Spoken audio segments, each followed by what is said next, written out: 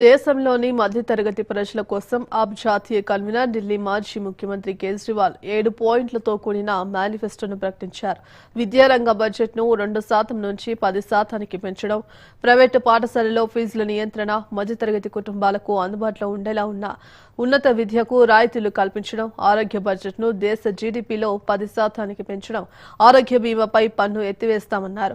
అంతేకాదు ఆదాయపు పన్ను మినహాయింపు పరిమితి 7 లక్షల రూపాయల నుంచి 10 లక్షలకు పెంపు, నిత్యావసర వస్తువులపై జీఎస్టీ తొలగింపు, మరింత బలమైన పదవి విరమణ ప్రణాళిక, రైల్వేలో వయోవృద్ధులకు 50% రాయితీ కల్పించనున్నట్టు మేనిఫెస్టోలో పేర్కొన్నారు. మధ్యతరగతి ప్రజల సమస్యలను పరిష్కరించాలనే లక్ష్యంతోనే 7 పాయింట్ల ఛార్జ్ను విడుదల చేసినట్లు కేజ్రీవాల్ తెలిపారు.